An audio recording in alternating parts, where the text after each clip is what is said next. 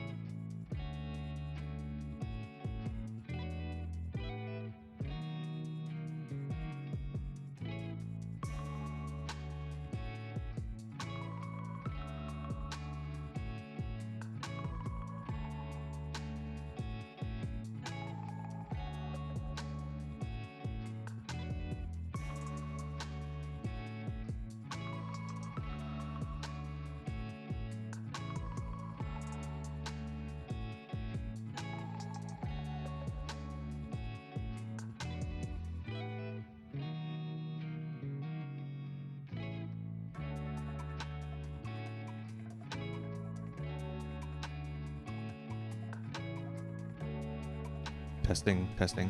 Good? Okay.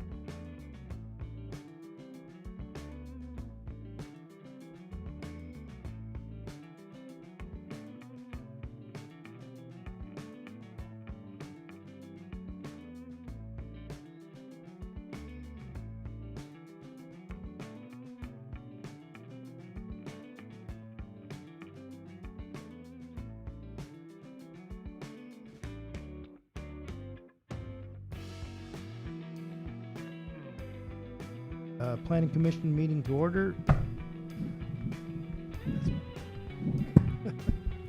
Welcome to the June 10th, 2025 Huntington Beach Planning Commission meeting. While the Planning Commission welcomes public involvement and free speech, it rejects comments from anyone that is discriminatory, defamatory, or otherwise not protected speech. These comments will not inform nor be considered by the Planning Commission and may cause for the chair, that's me, to interrupt the speaker. Such comments will not be consented or otherwise adopted by the Planning Commission in its discussions, findings, for any matter not on the agenda tonight. Thank you. All right, I'd like to call Commissioner Bush to lead us in the Pledge of Allegiance. Stand and face the flag.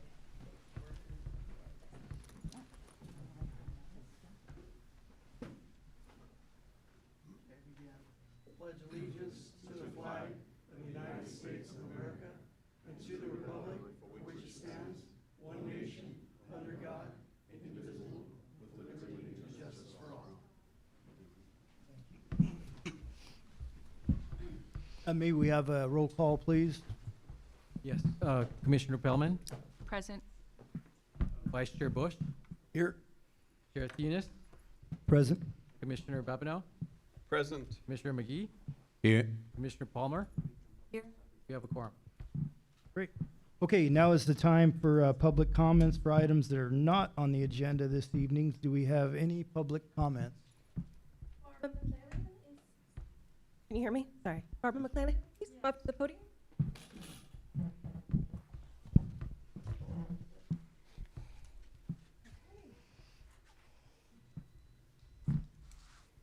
So my name's Barbara McClanahan, and I live in the neighborhood across the channel from the proposed house. My parents and I have owned the home that I'm currently in since 1965, so I feel kind of grandfathered. When the harbor was first designed, it was all small homes. Most of them were single story. And that I really do object to this house being so large at 7,696 square feet and 3 stories. Let's see. First of all, the house has been designed to be 3 stories tall. This home will block light to other homes on the north side of it.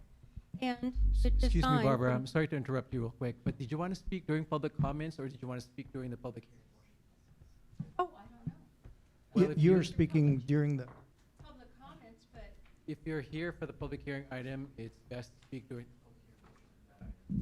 I'm sorry, I can't hear you. If you're here for the public hearing item, it's best to speak during the public hearing portion of that item. Okay. Otherwise, these are comments for other than the project that we're going to be, that's on the agenda. so can we list Barbara as being as part of the public comments? I think you just filled out the wrong form. Yeah, I will call her up again. Yeah. Okay, great, thank you. So then we don't have anybody who's not speaking on the agenda. Correct. We have no public comments. Okay, next on the agenda is a public hearing on the appeal of the zoning administrator's approval of conditional use permit 24-007 and coastal permit 24-005.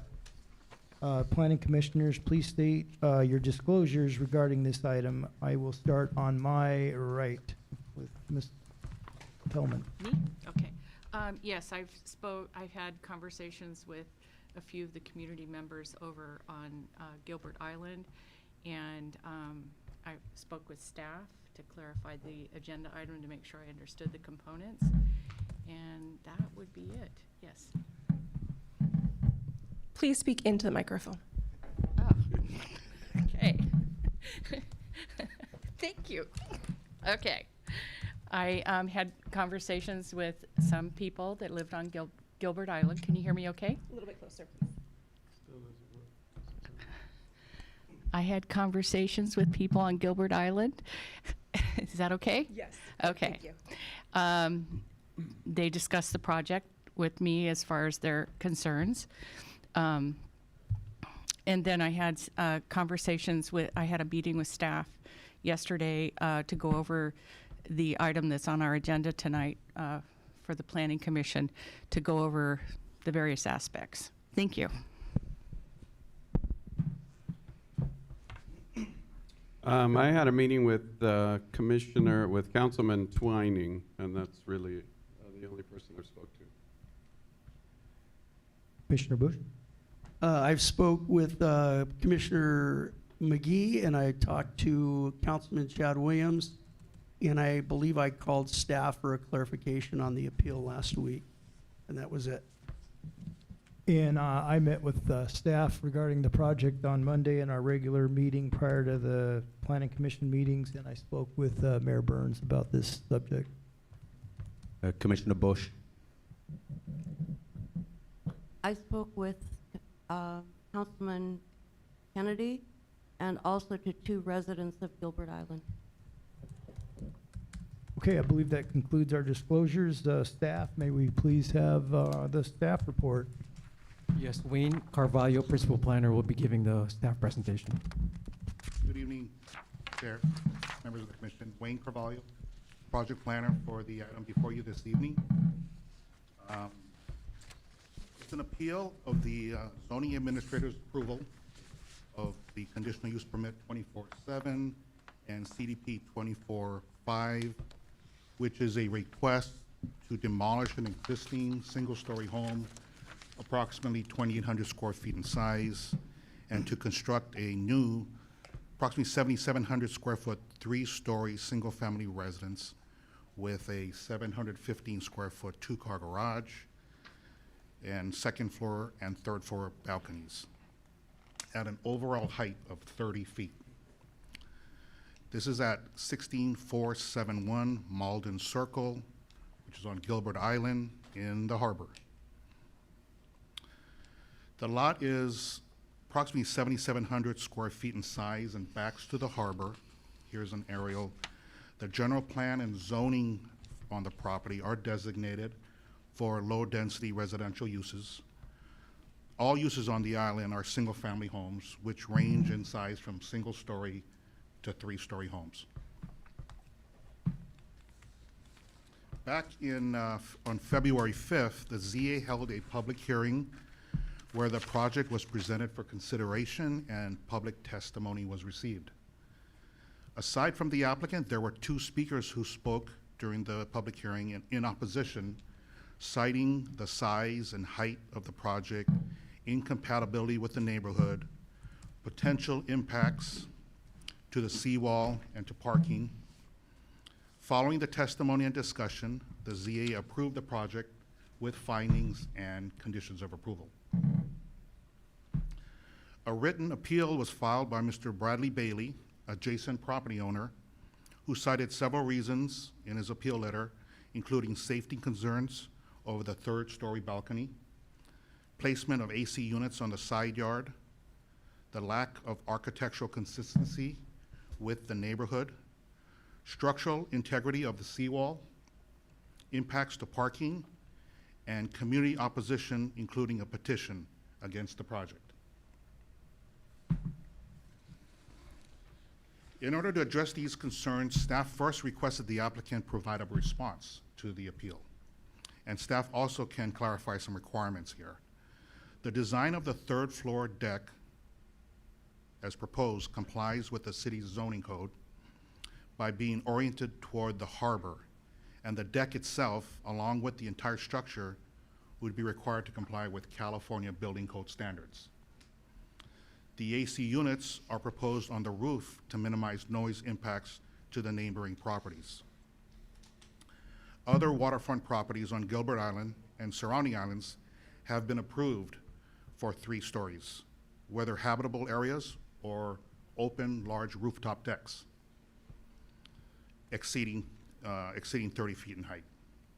With respect to structural integrity of the seawall, geotechnical reports and soil studies required upon submittal for building permits would be required, which would be reviewed and approved by the city prior to any issuance of any building permit. The project complies with city's parking requirements, and in addition, the project provides a tandem garage space, which the city really can't count, but they are providing an additional tandem garage space. No use proposed other than a single-family residence is proposed here. And in response to community opposition, at the hearing, there were 2 persons who spoke in opposition at the ZA meeting, and there was a mention of the petition, but to date, we had not received a petition.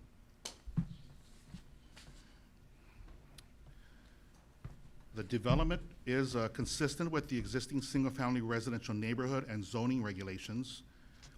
3 stories are permitted in low-density residential districts with the approval of a conditional use permit. This includes 30-foot building height, which is compatible with the surrounding neighborhood.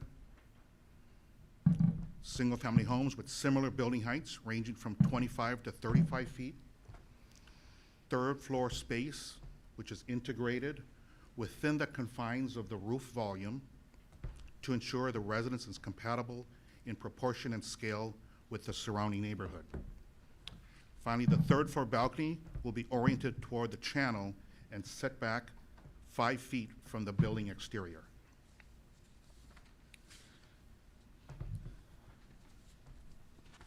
This exhibit here is an aerial that depicts the surrounding area on Gilbert Island and surrounding islands with previously approved CUPs for 3 stories or 2-story homes greater than 30 feet in height. Just to provide some background as to the city's 3rd-story ordinance and why it was adopted, back in 1992, the City Council adopted an ordinance to regulate 3rd-story design applicable to single-family homes in low-density residential areas. Between 1986 and the adoption of this ordinance, the zoning code permitted 3 stories without design limitations, subject to approval of a conditional use permit by the Planning Commission. Prior to '86, 3rd-story construction was permitted by right, provided the overall height did not exceed 30 feet. Just some background. Prior to adopting the 3rd-story ordinance, a Harbor Code Committee, this is back in the early '90s, was created by the City Council to review 3-story construction in Huntington Harbor.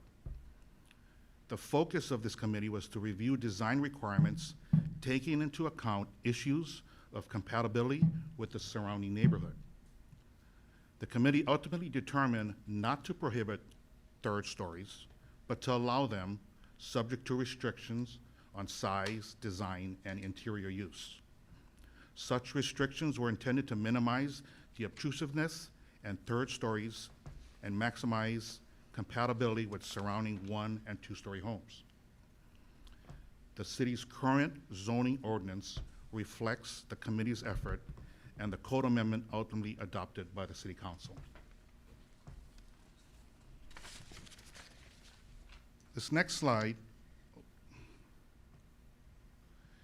is some photos of several homes on Gilbert and Admiralty Islands that reflect varying heights and architectural styles, all between 30 and 35 feet in height.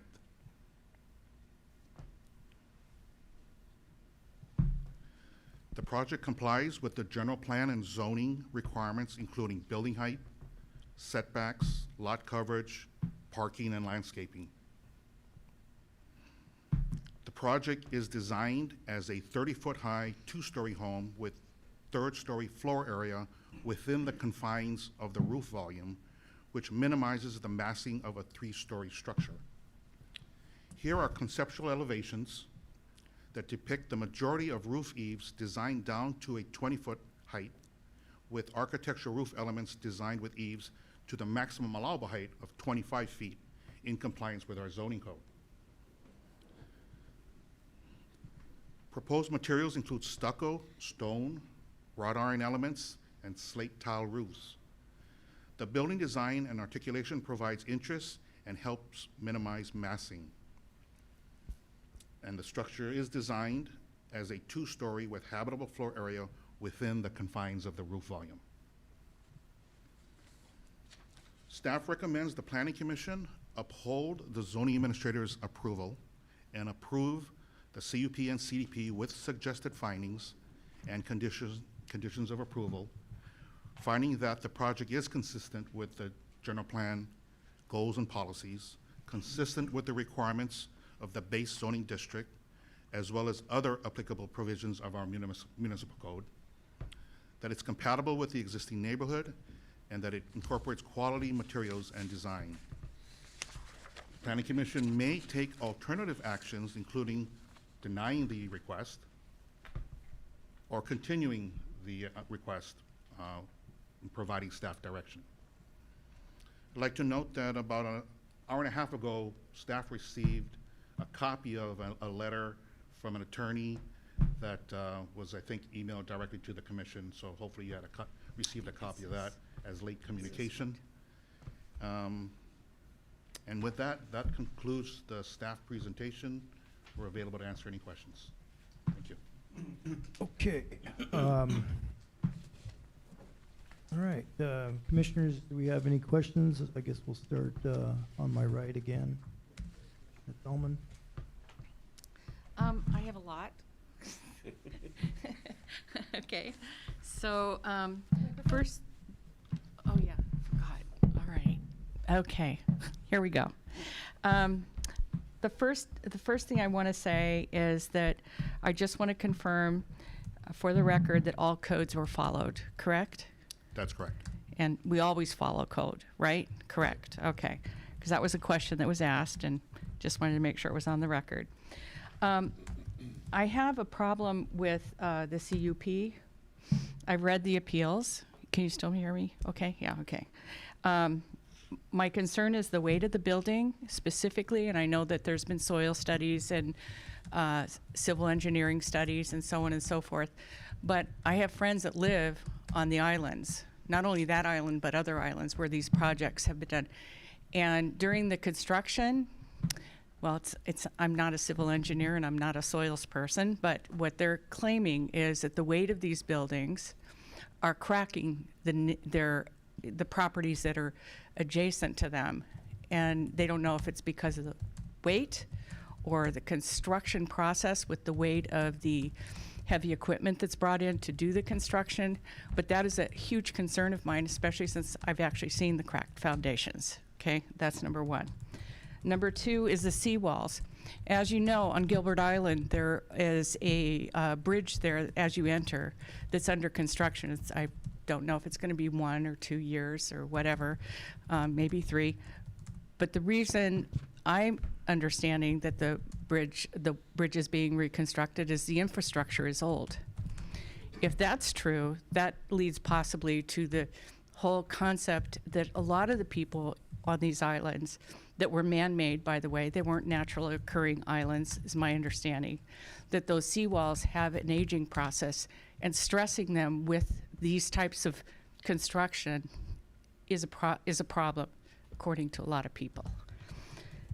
Then I asked about the privacy issues, and Mr. Ramos was very kind, and he provided me with the residential privacy standards. I'd like to read that into the record so that the people here understand.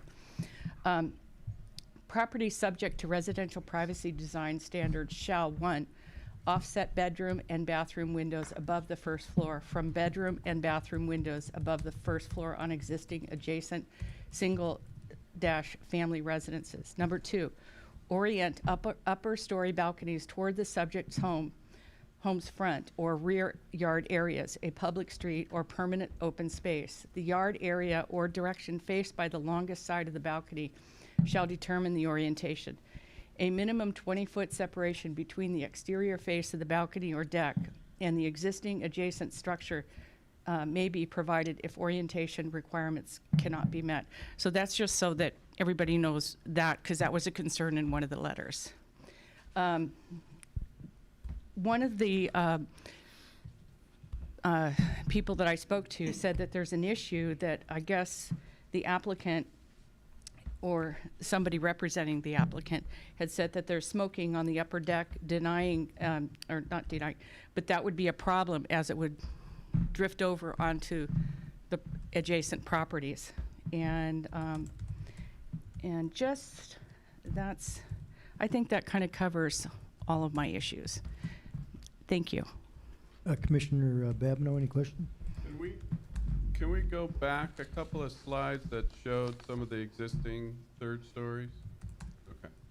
So I actually drove the project today, just to get an idea for it. And I noticed sort of directly across the street, that's a different street name, that was a 3-story building, and it was pretty large.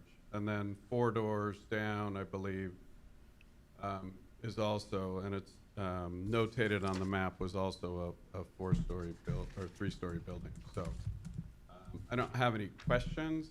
I know it meets all the CUPs, right? Yes, the project? project does not request, is requesting There's no any requested deviations CUP. or variances, Okay. correct? No further. Chair Dennis, may I say one more thing? Go ahead, Commissioner Okay, Coleman. I also, even though the construction time, I think it's something like 3 years it allows, correct? Is that right? Up to 3 years? Usually it's 180 days from the last inspection. Okay. Right. So I understand that the code, as I understand, and tell me if I'm wrong, Mr. Ramos, that it's Monday through Saturday, and it's 7 a.m. to 8 p.m., is that right? I believe you're right, it might be 7 to 7. We can double check. Okay. On Saturdays, Mondays, Fridays, might be 9 to 5 on Saturday. It's not. That'll be a zoning code. So It's not. I can double check. It's 8.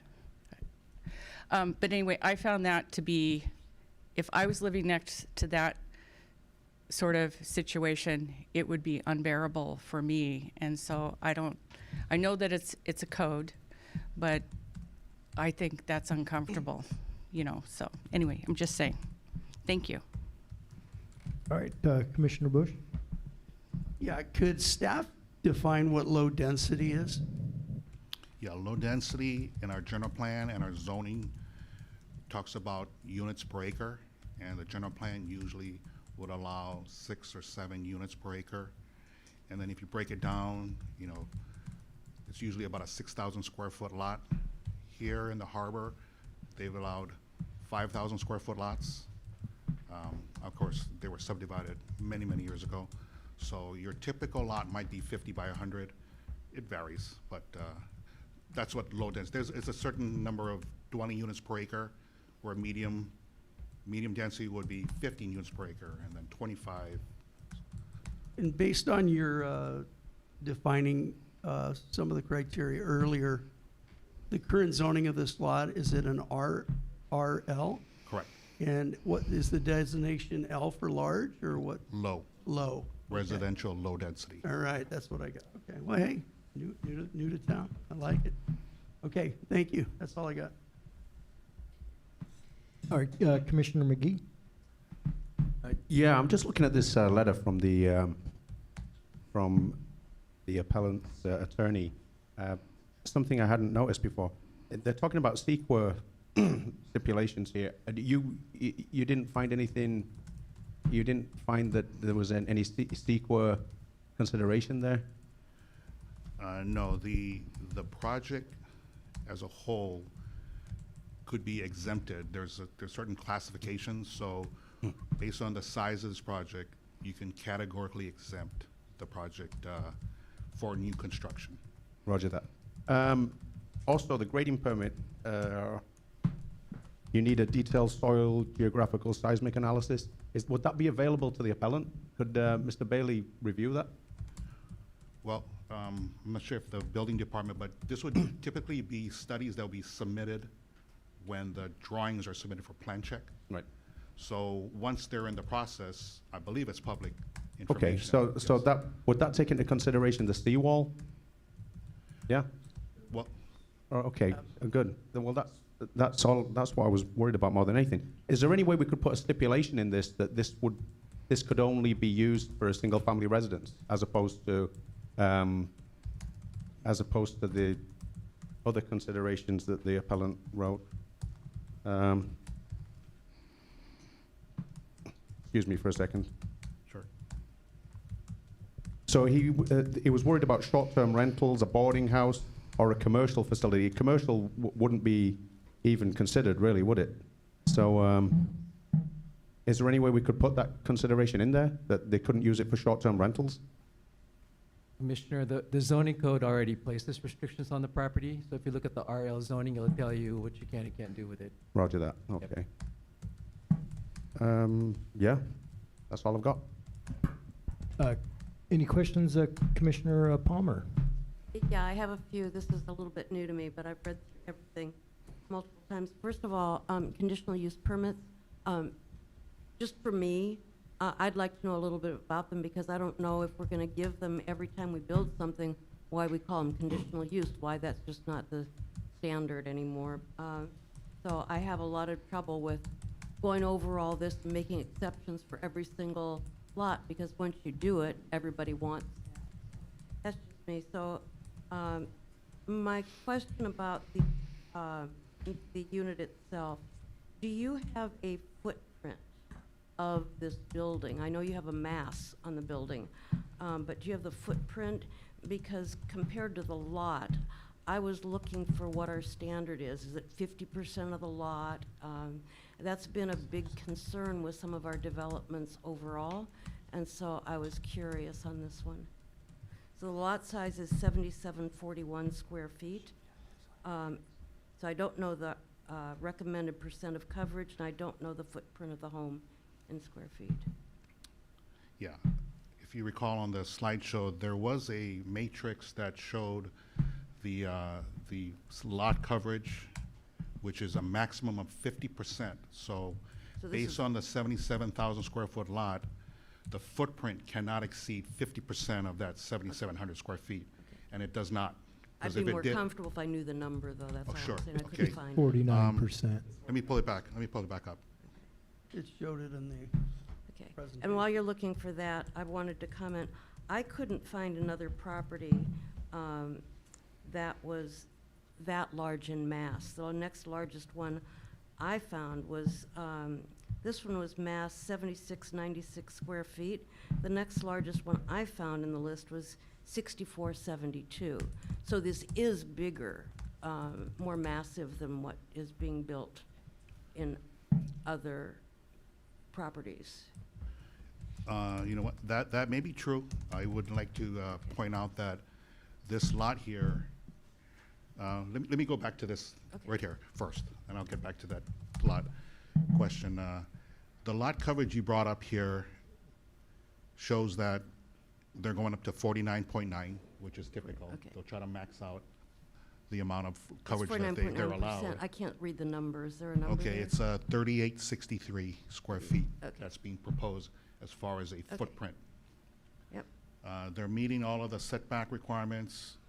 The building height, which is an issue brought before you, would technically allow up to 35 feet with a pitched roof, minimum 512 pitch. Here, the applicant is proposing a flat roof, which can go no higher than 30 feet. So they've made that decision that they want to keep it at 30 with a flat roof. Everything else complies with code. So going back to your question on CUPs, the conditional use permit is really to notify and include a public hearing to notify the neighborhood that a special use is being requested. So rather than be done, approved by right, coming in with a building permit, this is a little special request, so they want to have a public hearing, notify the neighbors within a certain radius that there's a request that someone wants to, have a conditional use. So, and that's the reason why it's brought before you, for that purpose. That said, you still need to comply with code, correct? So if they were not, they would be requesting a variance to certain code requirements, and it's likely that staff wouldn't support a variance or deviation from our code. So here, this application's been in for a while because we were looking at all of the code requirements, and the revisions were going back and forth before even getting to this conceptual stage. So they've worked with staff and now comply with the code. So I Still was requires also- a CUP though. Yeah, okay. I was also concerned with the seawall, and it looks like, I was gonna recommend that somebody write into the contract that they would be responsible if there was, you know, if it was not attainable for this project. So while CEQA may be unregulated at times, a property construction of this magnitude should have contracted assurances that the city isn't gonna end up, or the neighbors aren't gonna end up being at fault for a fail. So that was kind It's of already, important. as Wayne had noted, Commissioner, it's required by the building code as part of the building permit plan check. Yeah. I did the infrastructure tour, and the poor seawalls are looking pretty ragged. And then the entablature increase, can you explain the reason for that, why we would increase anything?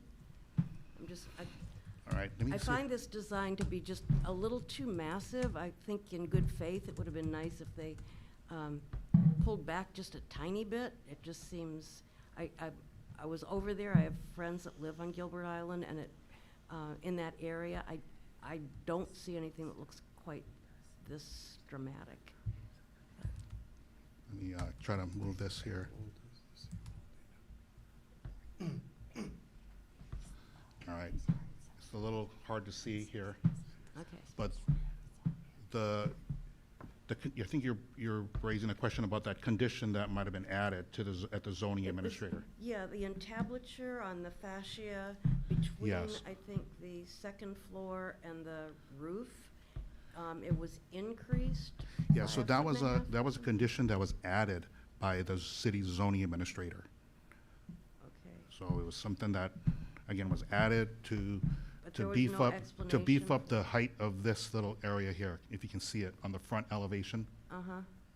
So the ZA wanted to increase the height of that architectural element. Yes, if I may just add, it sounds like it's the fascia component, how thick it is.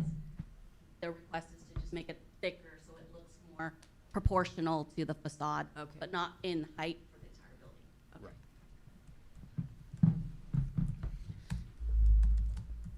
Right. Are there any, I do want to make just a comment before we open the public hearing. I've been notified that the city attorney's office representative is unable to attend due to a health emergency, but we can just continue the meeting. That's it from me. Thank you. Okay, and I'll get back to everybody in a minute in case anybody else has any follow-up questions. I have a few questions. I'm looking at the code and referring to item M, the height requirements, sub-paragraph D. And if we could, yeah, so the south elevation, or, I don't know, the channel side elevation, you said it meets all code requirements, but it says habitable area, which includes rooftop deck, balconies above the second story top plate line, so that's above the ceiling of the second floor, shall require approval of a conditional use permit. So the conditional use permit's basically that means it's a discretionary approval, right? It means you got to come up with a justification to add or to deviate from the by right, which would be a 2-story, 30-foot tall structure. Is that correct? 2-story, 30 feet tall, come in and get your permits, no public hearing, right? That's correct. Okay, put third floor on, or you go to 35 feet, and you end up with a public discretionary hearing where it's up to your discretion or our discretion or whoever it gets appealed to. So how habitable area above the second story plate line shall be within the confines of the roof volume. So how is that when I'm looking at the whole third floor from the channel side? How do you square that up to code? So, if I can try to address that question. If you look at the structure in its entirety, the flat roof not to be confused with a proposed pitched roof, which could go to 35 feet. This 30-foot height limit here, requiring the pitch of this, I'm gonna call it a mansard roof, for lack of a better term, is required to come down to a second-story top plate height. And that top plate height can't be artificially increased, so we have a maximum 25-foot height for the second-story top plate. If you- In this area here, it's about 22 feet. This architectural element here, they had to deal with this over the year of review to bring this down to 25 feet here in the front, this area here. So here is 25 feet, so they comply. When you wrap it around and look at the elevation facing the water, this balcony deck and this slider is actually set back farther, so it's not three-dimensional, so it's hard to picture. That's set back further because it's required to be set back. As if there was the same roof that wrapped around the whole structure, and they designed it that way, and they said, okay, I want a deck facing the water, and they carve out a portion of that roof to provide that. That slider and the deck is gonna be set back further in toward the center of the home, if that makes sense. Wait, I hear you, but, okay, and then, So for So- example, if you see this side elevation here, you can't really see the deck because the deck's back here. The slider might be back here where that cursor is. If you can see that, I know it's hard to see. But here, back at this elevation here, here's the rear elevation. And you see how it doesn't pop out or project out toward the water. It's actually set back into the building. Here on the bottom right elevation. If I can. yeah, and then it says windows and deck areas above the second-story plate line shall orient towards public rights-of-way only. Is the channel considered a public right-of-way? Yes, it is. Is it? Okay. Then another question is our land use, our findings. So what the neighboring houses, what's to the left and to the right when standing in the street and looking at the house? If you're standing on the street and you look to the right or north, you have an existing single-story house. Single-story house, Correct. okay. If you're looking to the left or south, you have a two-story house. Okay, so you have a one-story and a two-story house. So there are findings for approval. This is what we have to all agree, that the findings that we're making, that we have to agree that policy LU-1D in parentheses ensure that new development projects are compatible, proportion, scale, and character to complement adjoining uses. Okay, so you said in the neighborhood, that would be policy LU4, which is in surrounding neighborhoods, but LU1 says complement adjoining uses, and I kind of see this, well, okay. So how do we arrive at the conclusion that this is a true statement that we can make? How do you The define general plan, if you're talking about the general plan, usually when you talk about adjoining uses, the use is a single-family home. It's a low-density residential district or use. So they're all single-family homes. It's not adjacent to a multifamily use or a commercial use. So you want to be compatible with the same use, but not necessarily in terms of the structure that's there, because there wouldn't be any three-story structures next to Yeah. a single-story structure. I definitely agree with the use part, Yeah. but I have a hard time, well, what about proportion scale? It says proportion scale. How do we agree with the scale then, if it's a one-story home on one side and a two-story on the other side? Isn't this much larger in scale? So Chair, I think it's up to each commissioner to kind of decide what adjoining means to you. So for one commissioner, it might be the house immediately next to it. For another commissioner, it might be the island, it might be all of Huntington Harbor. Okay, So you get to interpret what adjoining means to okay, you. well, and you get to that was apply my it the way question. you see it. Yeah, I'm just asking questions.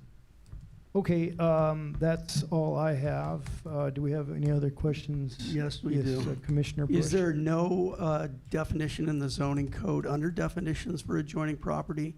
Because I would assume that adjoining property meant the entirety of the island, not immediately adjoining. Is there a definition in the zoning code?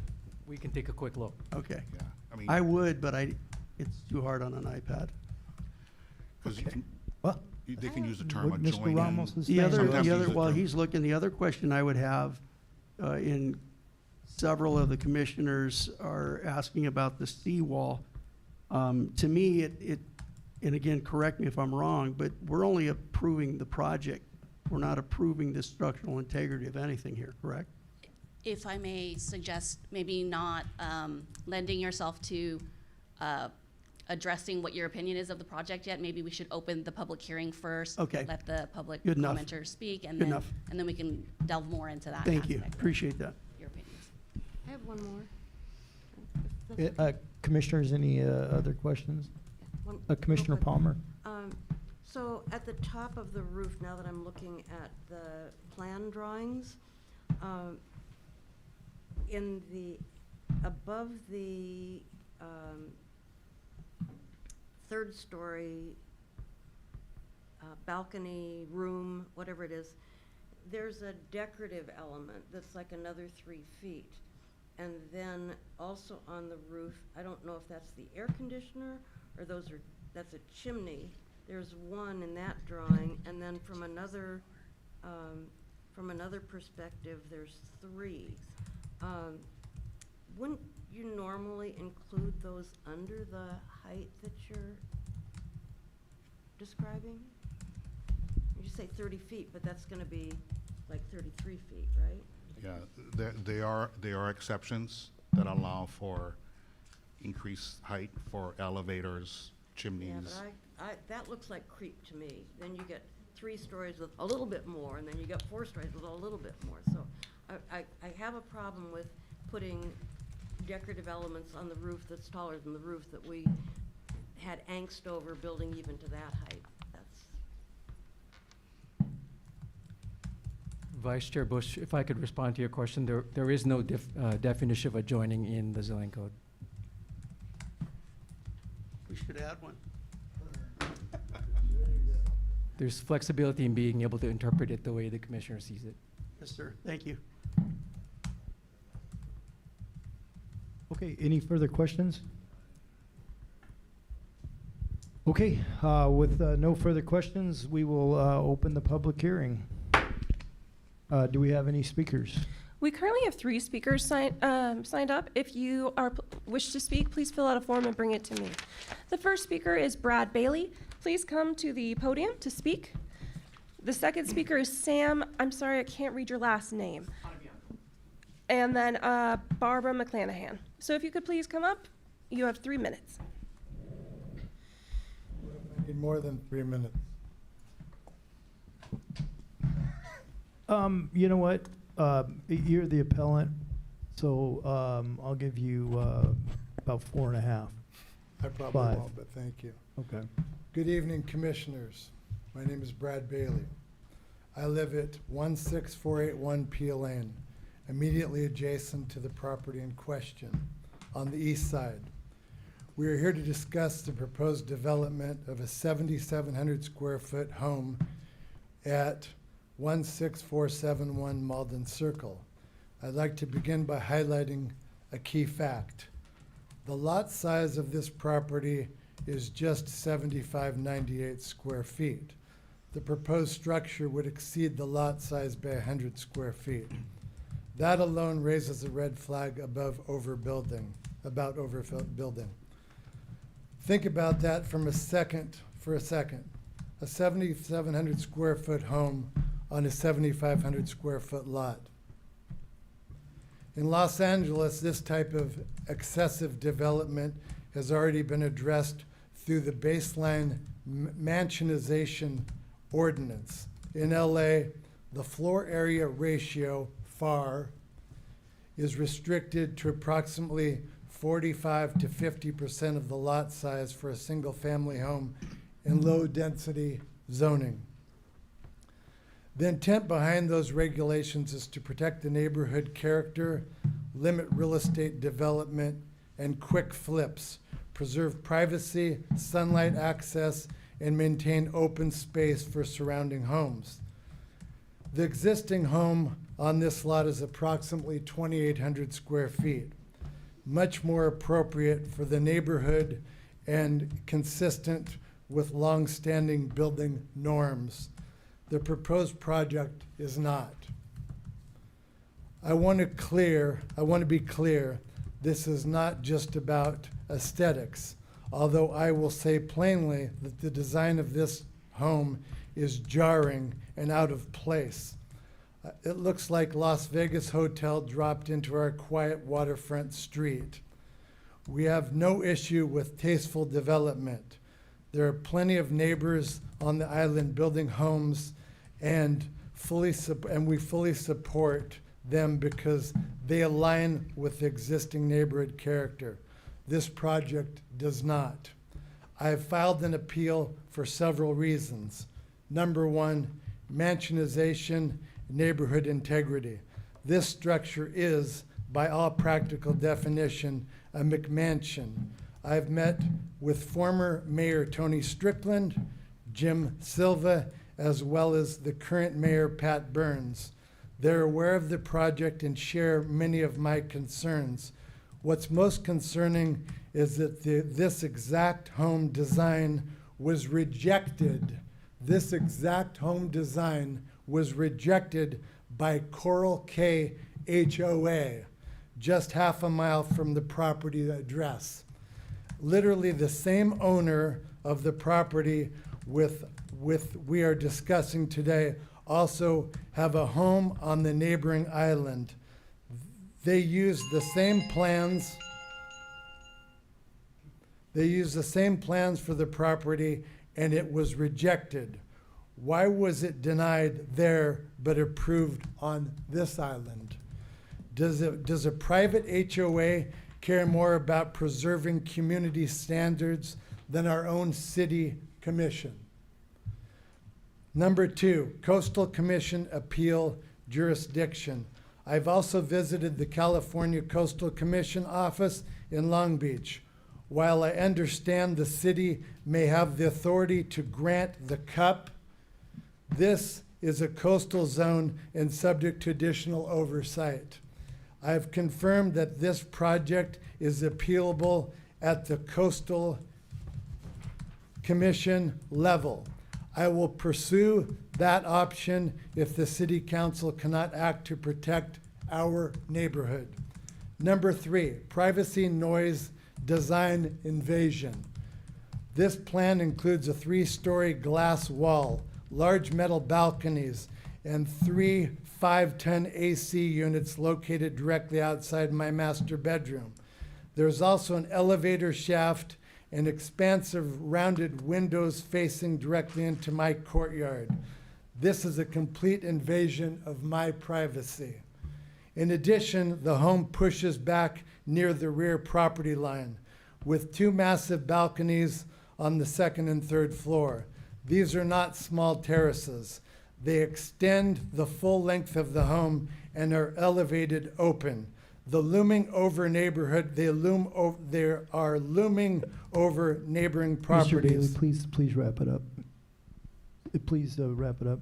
Yeah, I'm almost done. I did appeal and I paid $5,300, so you should extend me the courtesy, please. I am concerned not only about my family's privacy, but also the potential falling objects from the 3rd-story balcony, a serious safety hazard, especially with elderly family frequently visiting. The proposed structure has a 35 feet high. Obviously, you've made adjustments there. My home is just 20 feet tall. The home would tower over us, almost double the height, creating a looming, Okay. oppressive presence and will drastically alter the quality of life. I will not be able to enjoy our courtyard or our rear deck or many windows, balconies looking right over. This is very upsetting. The last point I'm going to make, and I'm almost finished, seawall and structural risk, okay? Perhaps most alarming is the issue of the seawall. I'm not Okay, a con- Mr. Bailey, we're I'm gonna have almost to- finished. I'm almost finished. I'm No, going to we're finish gonna have this to last wrap it up. sentence. We're Okay, not I'm here going to to talk finish. I'm about- going to finish. Okay, I'm going to finish. Okay, throw me out. Go get the police to arrest me. I'm going to finish. Okay, I'm not a contractor, but I've consulted experts. The Huntington Harbor seawall has it rated at D. The rating for the seawall is a D by the city's own report card. Okay. Mr. Bailey, please. Okay. We have rules here. Fine. I've given you a lot of time. I'll do what I need to do. Obviously, you guys are not interested in the true problem here. You gotta allow Thank you, people Mr. the Bailey. proper time. Sam and Barbara McClanahan, if you could please come up.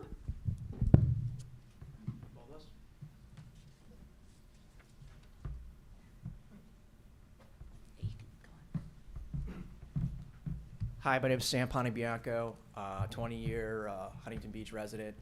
I live in the one-story building, depending on which way you're looking, to the right. I'm opposite of Brad, who just spoke. I spoke at the last meeting, and you know, my concerns are much. You know, they've been communicated, right? But I actually have seawall issues currently. I've impacted.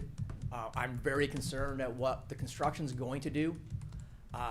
Being a one-story house, just last year I put 47 solar panels on my house. Went through the permit process. That's probably harder than getting this approved. But you know, this house is gonna trash my solar, point blank. The petitions, I know you guys covered it. I dropped the stack off. I've got 2 boys. I sent them out in the neighborhood. And just on the island, there was probably 20 signatures. A lot of people weren't home. One person said no, and my boys asked him, like, why would you be for this? And they said, well, there's a home coming up for sale right next to me, and I don't want them to build this next to me. So, you know, that was their take on it. You know, it's tasteful is good. This is one of the smallest lots in the area, and it's going to put one of the biggest houses on the island. And when you pull up that chart about three or four slides back, the 3-story houses are all on the main channel. They're all on big lots, and the other ones are corner lots. And there's some like marquee, you know, yes, there's some, but they're big lots. We have a 3-story down at the point. They didn't rip the house down. They renovated it. Took 3 years. Another house took a couple years, and you know that's without even removing a wall. So, you know, I'm very concerned, and you know, I hope there's something we can do about this. That's all. Thank you. Next speaker, please.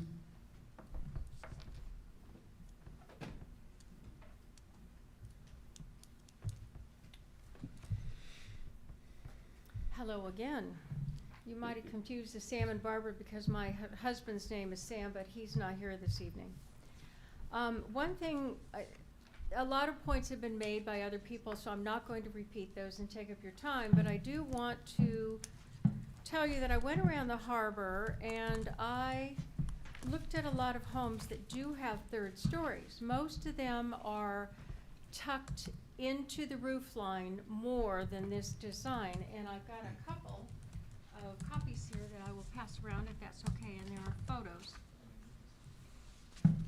So that's the point I wanted to make, is that these architecturally are designed to look small and not this giant thing on the 3rd level.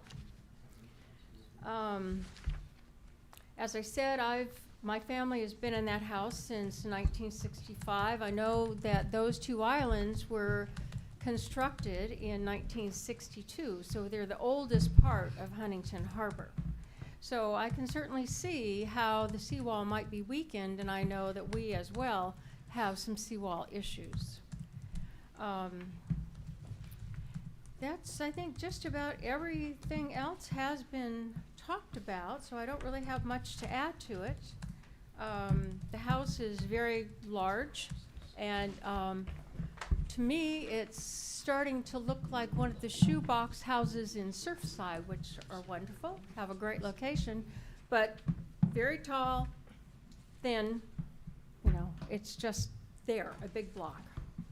So, that's what I have to say. We have one more speaker, Duck Hui Huyn. So sorry for. Next speaker, please. Sorry about that.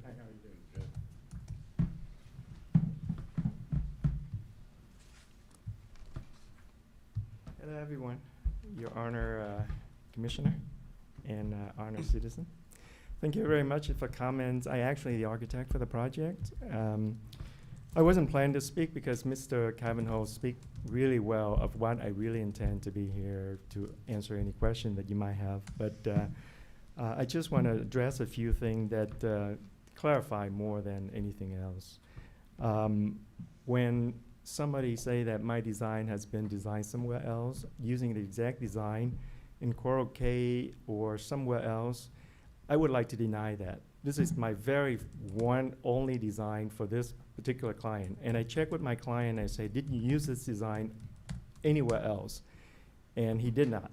So I want to clarify that this is a specific design designed for this particular lot and nowhere else. Nowhere has been denied or anything like that.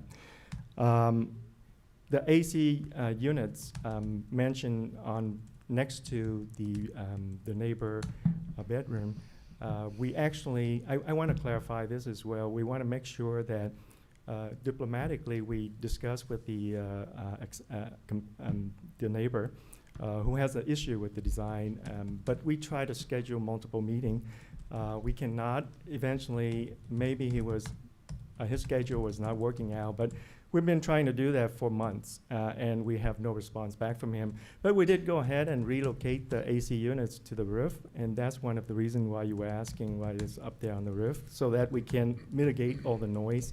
But then we are going to follow the code and screen it. It's not going to be exposed like that, so it's look more like a screening according to the code requirement, the zoning requirement. Window privacy, this is something we took very personal. So actually one of the sheet that we present, Mr. Cavanagh know that we actually took picture without the permission, I apologize, but it's part of the requirement. So I took that picture just to compare the scale and the facing of the window, and we actually draw where each window and each floor facing to our property approximate, because we are not allowed to come over to our neighbor property. So I try to do my best to identify where the window from the neighbor is versus our new window design to make sure that they are all misaligned so that nobody can look in directly to nobody else's house. On the balcony, everyone looks and scared, but actually the third floor balcony, we only stick out the balcony about 30 inches. And that is something that we've been discussed very closely to the planning and zoning commissioner, planning department, to make sure that the neighbor is comfortable what has been done in the past so that we are not doing anything intrusive. So it's sticking out just enough so that in the morning you can walk out there and enjoy the view of the channel, drink a cup of coffee and went back in. It's not anything fancy that you can place your chair or laying out there and letting people seeing you doing anything or any object flying around. That's not going to happen. Now the big lot versus small lot, I just want to, actually I have a slideshow, but I'm not going to show a whole lot anymore, but if you can flip over to my PDF. Just so you know that we did actually went through compare so that they are all compatible. They're actually not small lot versus big lot, and that's, sorry if I over time.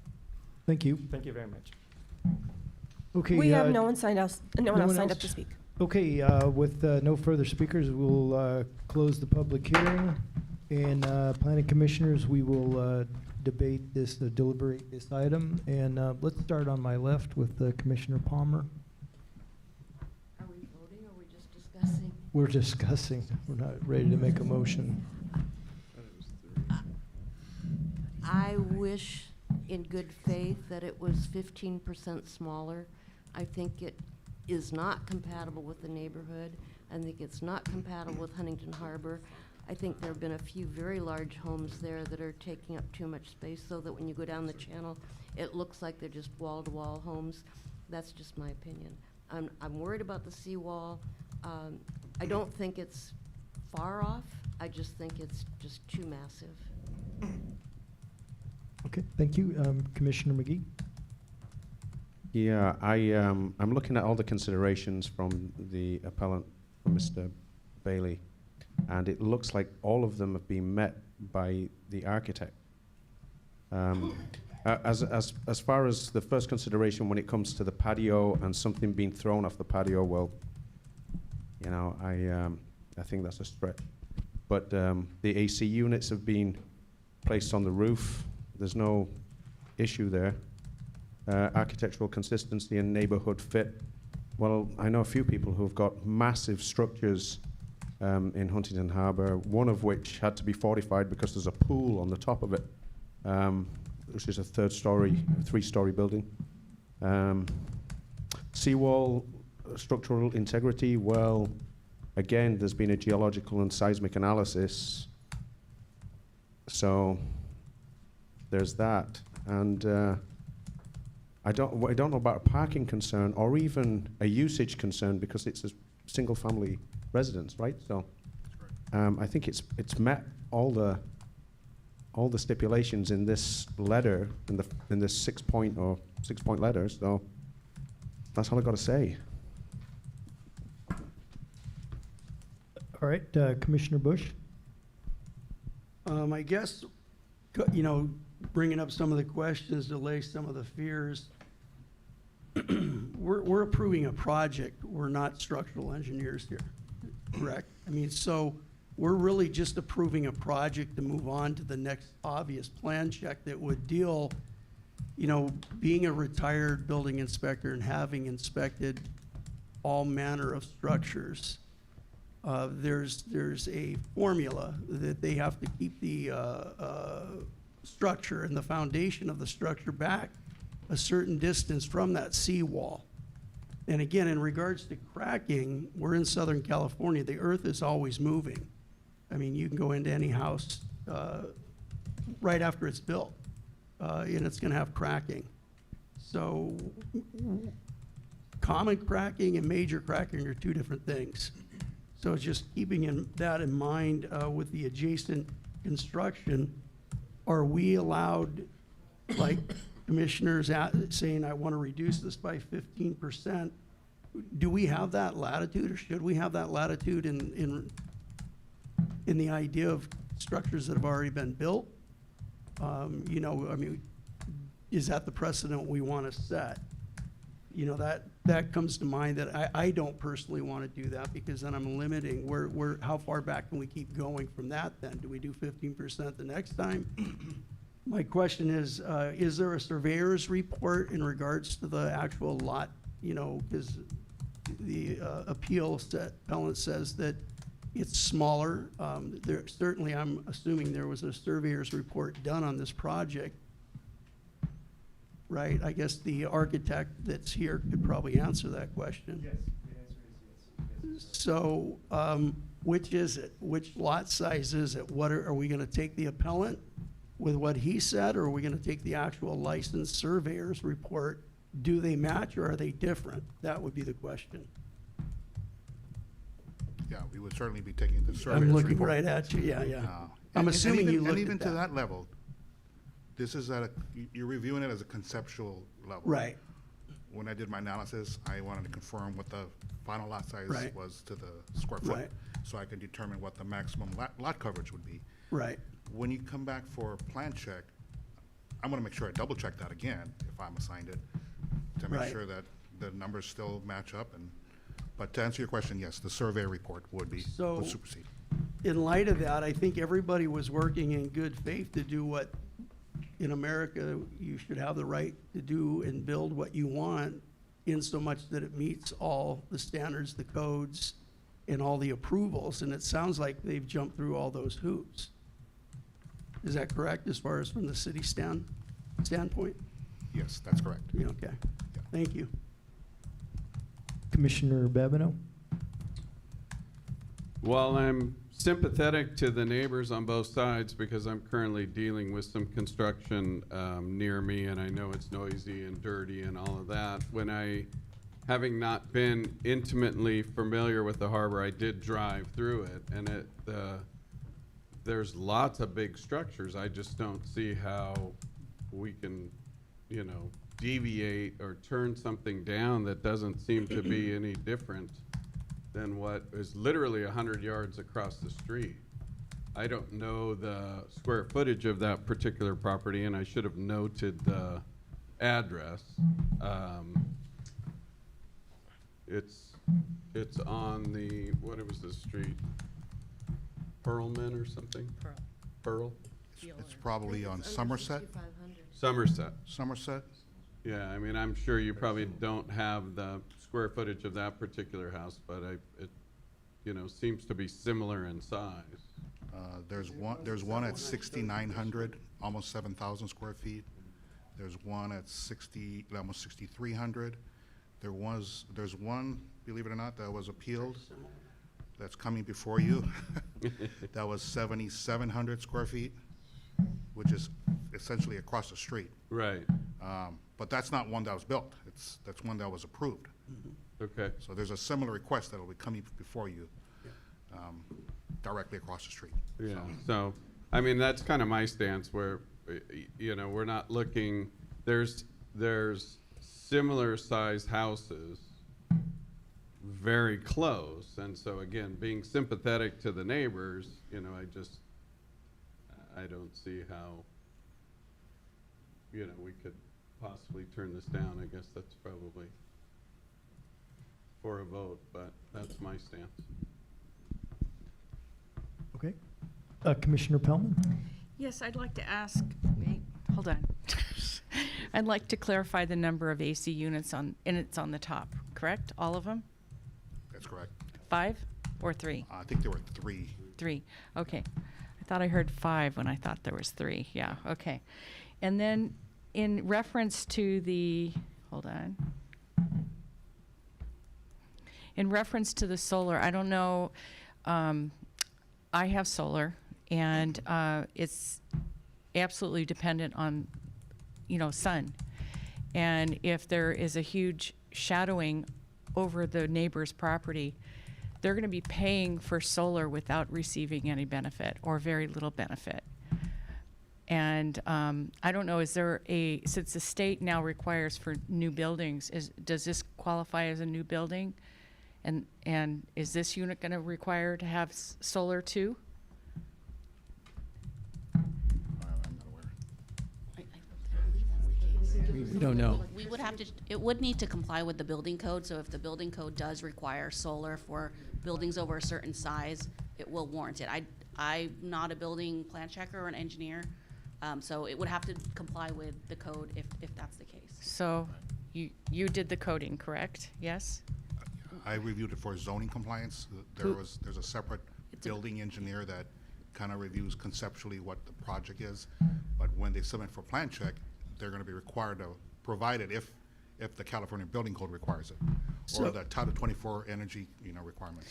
So there's 2 issues. Number 1, I don't know the answer to that right now. Number 2, the neighbor that says, now I'm not going to have any light. I mean, I don't know if the state of California, when they made that law, if they basically took anything like that into consideration. So I don't know that effect it's going to have on the neighbor.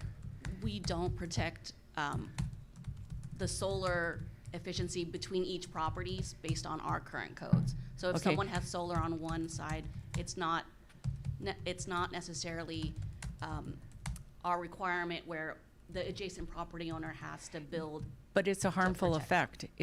Do you know how much it costs per kilowatt, depending on the plan that you have, if you lease the units? So I know my solar generates about 1,400 kilowatts a month. And I get charged, well, not me, but you could be charged, and there's a whole story with that, like 20 to 23 cents per unit. So you'd be paying not getting solar benefit and paying an electrical bill. And so I would like to know if you guys can look and see if there's any state issues that addresses this.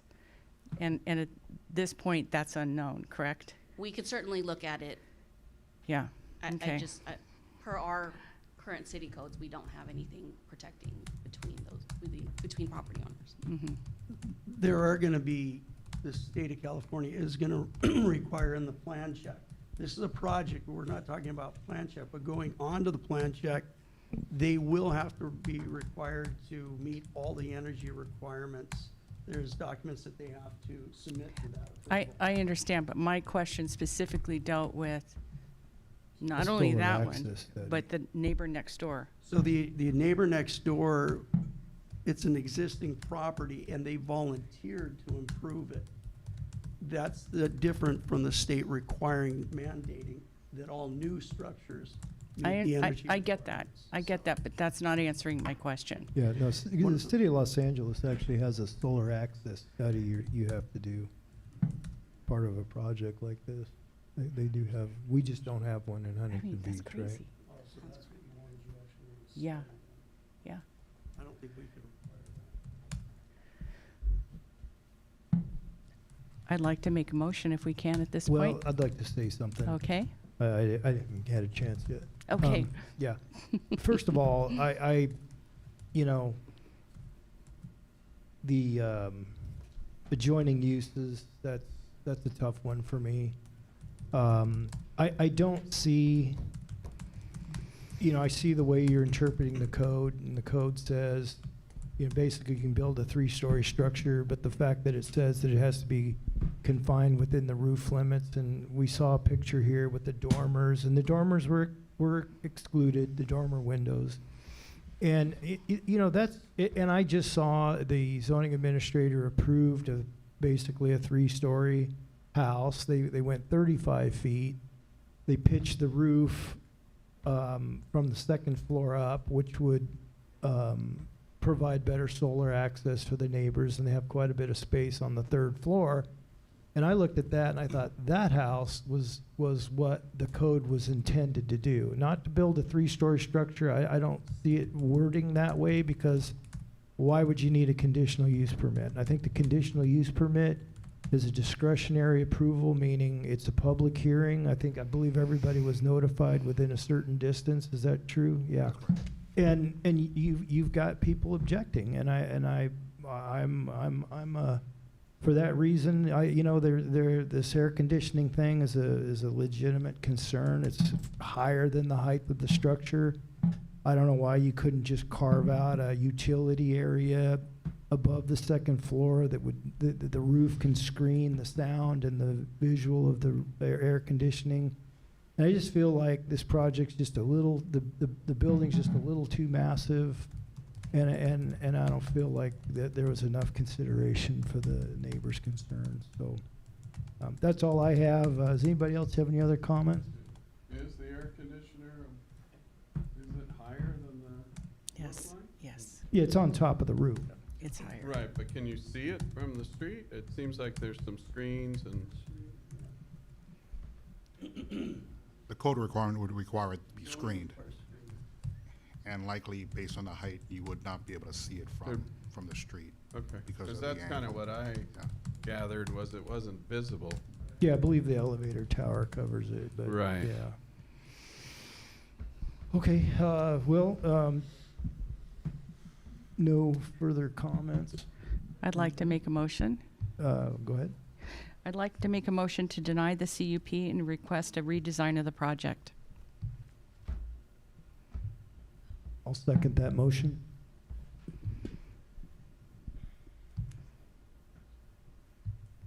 Okay, so if we have a vote, the vote is going to be yes is no and no is yes. So if the motion is to deny, then to vote yes is to vote to deny the project. Yeah, so a yes vote would be to deny the project, the no vote would be to approve the project.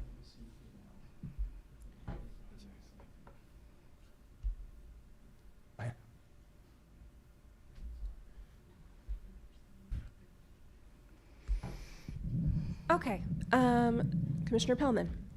Aye. Wait, let me clarify. So, Yes, please do. okay, yeah, I'm gonna hit that one more time, because I was at last city council meeting. So, in this particular case, the motion was to deny the project. So a yes vote means to deny the project, and a no vote means to approve the project, okay? A no vote means that you do not agree with denying the project. You would have to make an additional motion to approve the project. Oh, I didn't know that. Oh, interesting, I okay. am so confused right now. Okay. No, let's not do that. Can we start over? I would rather just have somebody make a motion to approve the project, and then a yes vote is approve the project, and a no vote is to deny the project. I'll make a motion to approve the project. I'll second that motion. Wait, Commissioner Pellman, are you okay with withdrawing your motion? That's fine. That's fine. This way it can be handled with one motion. Okay, so we have an agreement on removing the Chair motion? Thinis, I'm going to come back with my motion if this is denied. Okay? Right. Just to let you know. So, Understood. okay. Okay, so the motion was to approve the project and to find the project categorically exempt from CEQA. It's to approve conditional use permit 24-007 and coastal development permit 24-005 with suggested findings and conditions of approval. Commissioner Pellman, your vote? No. Chair Thinis, No. Commissioner Babineau, Yes. Commissioner Mickey. Yes. Sorry, nobody's in order and I'm not sure why. Vice Chair Bush, Yes. Commissioner Palmer. No. Okay. It is a tie, which means the motion fails. Correct, yeah. So I would with the like to motion make- failing, that means that if you stop right there, the zoning administrator's action stands. But they could make another motion. Can I make a motion? Could likely be the same. Because I'd requested to do that at the very beginning. And I would like to make a motion and then have that motion voted on. That was the premise of me saying, okay. I was not informed that this was going to go. Would it change anything? Yes. Somebody has to switch sides. Well, I guess it depends on what your motion is. You can go ahead and stipulate that in there. My motion would be again to request, to deny the CUP and request a redesign on the project. May I? I would second that motion. May I also suggest that potentially continuing the item to see a redesign come back Sure. as well? I would do that, yes. If the commission. I would amend my motion to thinks include that. It will end up in an impasse again. Okay. Yeah, I'm okay with that. Well, wait a minute. So yes, it's Do you want to change your motion? No, just to include that it would come back with the redesign, correct? Right, it wouldn't be to deny it, it would just be to Yeah, you- continue the item to see a redesign, but I think there would need to be a little bit more direction as to what kind of changes you would like to see on the plan so that the Okay. applicant can respond to it. And then I would also recommend maybe just having the applicant provide some feedback so that they can understand what you're looking for. Okay. I'd like to ask Chair Thinis what his opinion is on that for the motion. No, you guys are architects. No, we're not architects. I disagree with that. You're designing their project. Well, that's our my opinion. our purpose here is to try and come to, Right, I understand. I'm not just telling you, I'm not an architect. The city put them through what their requirements were. And everybody acted in good faith on those. So on a no vote, they can bring it back anyway, so we don't even have to ask them to do that, right? Well, if there is no majority in the vote, it would be an impasse in either direction, meaning the ZA's original action will override the impasse. I thought you- Yeah, and since we have an impasse, the only thing we can do is make a motion to continue the project for a potential redesign. Or, you're correct. And then bring it back with some considerations to reduce Yes. the The only mass and thing- scale, which I Or- think is Or I guess issue the, here. or the original would be to deny a third floor altogether for the CUP and then approve just a CDP for a potential two-story that would comply with the ordinance. That's fine. I guess I I would wouldn't also, do in that. any case, I would ask the applicant if he has any opinions on what you're looking to do. So the only thing I would say is that now you have 3 different lines of what that may, how you may define that. So in fairness to the project and the owner of the property, they need to hammer that out so that they don't keep moving the ball. Because that's generally what happens in these situations. That's why we're not architects or engineers. That's my opinion. Yes, you can. No, I'm sure that, well, if this passes, then I'm sure they'll reach out to somebody and get their opinion. So would you like to revise your motion? Yes. Do you Commissioner want to help Coleman? me out, Jill? Sure. Are you looking to redesign still a third floor No. or completely just deny the CUP third floor Yes. altogether? Yes. Okay. So it sounds like you would recommend a denial of the CUP Mm-hmm. and approval of the CDP with the restriction that it's a two-story house. Yes. Before you consider that, I understand your motion. Well, But- had I known that my motion was going to result in the result that I would never have changed that was not clarified. So it's a little bit upsetting for me that, But just to clarify, your motion is to deny the CUP for the third story. that was my first motion, that's correct. No, it wasn't for the third story. I was asked to clarify it, maybe it meant this, and I said, well, yeah, that would work. But the other issues I have is the effects on the neighbors as far as their solar and all of that, and for the city to come back and research and see if there is any sort of state, there's still questions that aren't answered here. The state, if there's state laws that the city hasn't incorporated into their codes. And, You want to continue it to get your questions answered? yeah, okay, Yeah, let's continue I think it. that would be reasonable, is to just request a continuance, because we have an impasse, we really don't have a motion, we really don't have approval or a denial, right? Nothing happened. That's correct. Okay. What would happen with an impasse vote is the zoning administrator's action, which was an approval, would override and Would they stand. would be able to continue with their Isn't project. that what we have right now? Yes. Correct. Unless Correct. there's another motion on the floor. So we need another motion, or we need to just, I would like to make a motion to continue. Is that what you want? My question going into continuing it is we have to be very specific with that continuance. Otherwise, we're going to keep continuing this. Okay, So I want to be very specific on the motion then.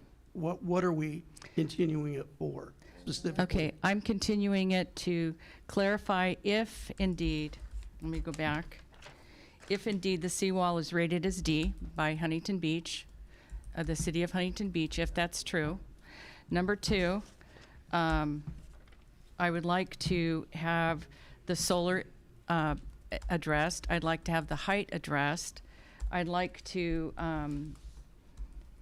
basically, there was a question as to whether there was a general plan conflict, and I think the answer was no on that. Is that correct? If you're referring to how to interpret adjoining, it's what I had indicated to you guys, which is each commissioner gets to look at the policy and interpret it the way you see it. Okay, all right. So, Commissioner Pellman, before you move on, we're not clear on what you mean by looking at the height. the height of the building, number 1, it goes beyond 30 feet. But the fact that it creates a shadowing effect on the neighbors, as described by some of the speakers, that is a concern. So you're looking for a shadow analysis? Yeah. So in regards to that, just so I understand, 35 feet, if you have a pitch, which I'm assuming is from the midspan, that would be the approved height, is that correct? Or a pitched roof would be 35 feet? 35 peak to the And would roof that be peak. taken from the midspan of the, No. or is that the overall? The overall, from the Okay. roof peak. That's the seawall. Okay. Understanding that the eave has to come down to a 25-foot Right, okay. top plate height. So, and if I can share this with the planning commissioners, the infrastructure grades for the harbor seawalls is a D. So I can pass this down to each planning commissioner.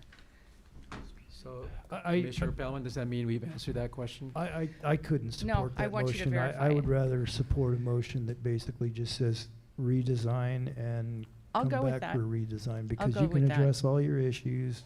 Yeah. Just simple, just redesign the structure to, Chair Thinis, I would go with that.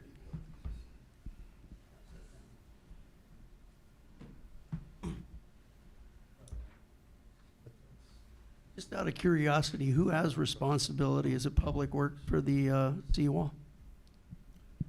Actually, this seawall around this island is all private. It is all So private? the homeowners, the adjacent homeowners have full responsibility for it. Okay. And is there any conversations about repairs for that? That's that we're aware that's of? completely up to the HOA. Okay. okay, I'd like to make a motion to continue this item for redesign, taking into consideration some of the comments made tonight. I'll second that. Okay, can we have a vote? Sorry, you guys have changed it a lot, so just give me a second. Chair Thenis, can I just get a little bit clarification? So it's still to keep a third-story component, but perhaps reduce? Or are you looking at no third story at all with regards to a redesign? Okay, the motion would be to continue the project to redesign, to reduce the scale and mass. Just that simple. The third floor is okay. That's allowed by code. But that's the design. That's the mass. That's part of the mass. The shadow is part of the mass. So no shadow study included in the motion? I think you should do it. And to include a shadow study. It'd be nice, as a project planner, it'd be nice to have the direction as far as, that's kind of reduce the size and massing to give direction to the architect. Does that mean square footage? I mean, just to kind of explain, the 30-foot height limit that's being proposed would not require a CUP if there was no request for a third story. They're kind of squeezing the third story in the 30-foot height limit. So someone could go up to 35 feet and then, kind of design it within the roof volume. But I want to be able to give the applicant direction. The action is to reduce the size and massing by how much. So the question would be, how much is enough? Because if they design something and spend the time to bring back drawings and it's not enough, he would have said, I wish I knew how much was enough. It's way too vague. The whole very thing's way vague. too vague. Yeah. It's just way too vague, you know? In good faith, they're the architects. I think they can try to come with something that, I would say that the 6-point letter that was sent, all points have been addressed in that letter. All points, from the air conditioning to the seawall. Every point has been addressed. The only point that wasn't addressed was the balcony issue, which to me, something would have to be projected off the balcony in order to land in somebody else's, on somebody else's property. It's not a consideration. So, so the idea of a redesign based on mass or size is way too vague. And it represents an unfair burden on the architect and the property owner. But that's my, just an opinion. Well, then I would say to redesign the structure to increase the setback of the third floor to reduce the mass of the building as seen from the adjoining property owners.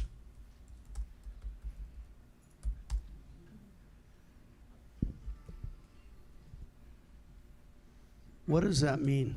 I mean, what does that exactly mean? If you're the architect, I'm just trying to take it, or when you say scale and mass, or, are you designating a square footage that you don't want to see on the third floor, or? Again, am I misunderstanding this, or are we crossing over to becoming designers here?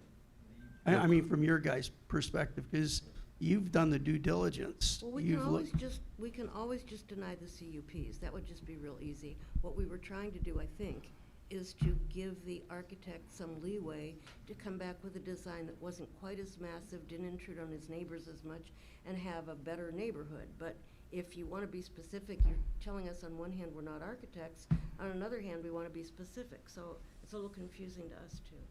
Well, that's the whole idea why people hire architects and engineers, is to design these things, and they come in good faith and work with the building department and the zoning department to meet their standards that the city council approved. Isn't that understandable? I mean, isn't that what's happened here? All laws have been met. Everything that's been stipulated has been addressed and approved. And we're coming back saying that we think this property's too big, in part because we're acting as a commission here. And we've got multitude, not one, but multitude of properties on the same island that have the same latitude that we're going to deny this owner from having. They're smaller though. Yeah, but I don't know that. But there was one point where one of those properties was the biggest, right? So I don't understand what Whether the it's the consideration biggest or the largest is a moot point. Does it meet the zoning and requirements? And the answer is yes. We've met what the city required, and that's, I don't see where we have the latitude to go and design it. I don't have that background. I guess that's really what I'm saying. Well, and yeah, I don't think that's appropriate. We don't like the structure. Three of us are okay with it, 3 of us are not. And I'm just saying to redesign the project and, But with the redesign, I mean, are we going to like the redesign, not knowing what the redesign is right now? That doesn't make sense to me. well, I think I believe the issue here it is really that does work that way. 3 of us have found it too massive. So if you want to get specific to say, make it 2 feet shorter on each side, or make it, 1 foot less, or make it the square footage, 10% less, I'm not real sure. But the storyline is the same from 3 people who think it's just too big a box to stick All in right, that we can make box. it smaller and make it out of Italian granite so that it has twice the weight, and the seawall is then compromised. I don't understand the size element. That's not in good faith then. Chair and Commissioners, you can also leave it where it is now. You voted on a motion, it's a tie. We could be done. No. Good try. My only point was, I brought this up because these are front elevations, street views of homes on the island. If it's And- already approved, why are we here? Yeah, it's, Well, no, it has to come It before was you. appealed. Okay, appealed. so let me make another motion. She wants to make a motion. Go ahead. No, I want your motion to be still. Yeah, just would like to make a motion for the applicant to continue this approval process, for the applicant to redesign the structure, to reduce the mass and the scale, however they do that, and to include a solar area study. And if we don't like it, we won't vote for it. I like it. I'll second that. Okay, can we have a vote? All right, Commissioner Pellman. Aye. Chair Thenis. Chair Thenis. Yes. Commissioner McGee. No. Commissioner Babineau. No. Vice Chair Bush. No. Commissioner Palmer. Yes. We have 3 ayes and 3 nays. Motion has failed. Okay, alrighty. So there's nothing on the consent calendar, no public hearing, no more public hearing items. Next on the agenda are planning items. Can staff provide a report? Yeah, we potentially have a couple of items for the first meeting in July. We have the appeal of the other house on boy. Gilbert Island that was referenced earlier. And then there are 10 homes proposed on PCH between 18th and 19th Street that were referred by the zoning administrator to the planning commission. That's the 10, It's 10 single-family dwellings on PCH between 18th and 19th Street that went to the zoning administrator recently, but the zoning administrator referred it to the planning commission. okay, perfect. Okay, before we close for the evening, planning commissioners, do you have any comments to provide? We'll start with Commissioner Pellman. No comments. Thank you. No comment. Thank you for your patience. No comment. You know, I'd like to say, boy, I must sound like anti-development guy. I think in the city of Huntington Beach, we've got really good codes. We've got generous codes. You know, that's not me. I just want to follow the intent of the code. And I think tonight, again, I didn't feel like the code was exactly the intent. I just see it differently. I just want to say that I was in double figures when I was told and realized that you could own your own home and that you could build your own home in the place where I'm from. And the fact that somebody has thrived enough in the United States to build a structure like this and to live on such an island, I think that's a fantastic, fantastic attribute of living in the most virtuous country that's ever existed. So that's all I got to say. I'll second that.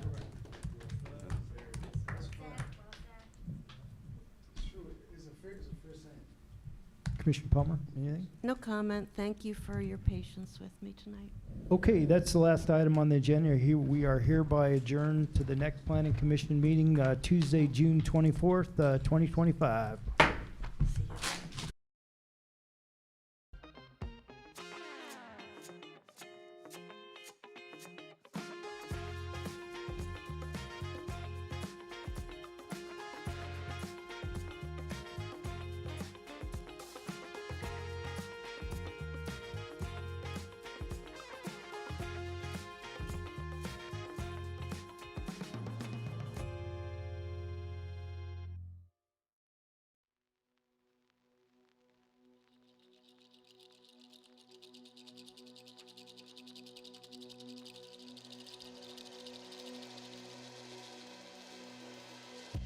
Mm-hmm.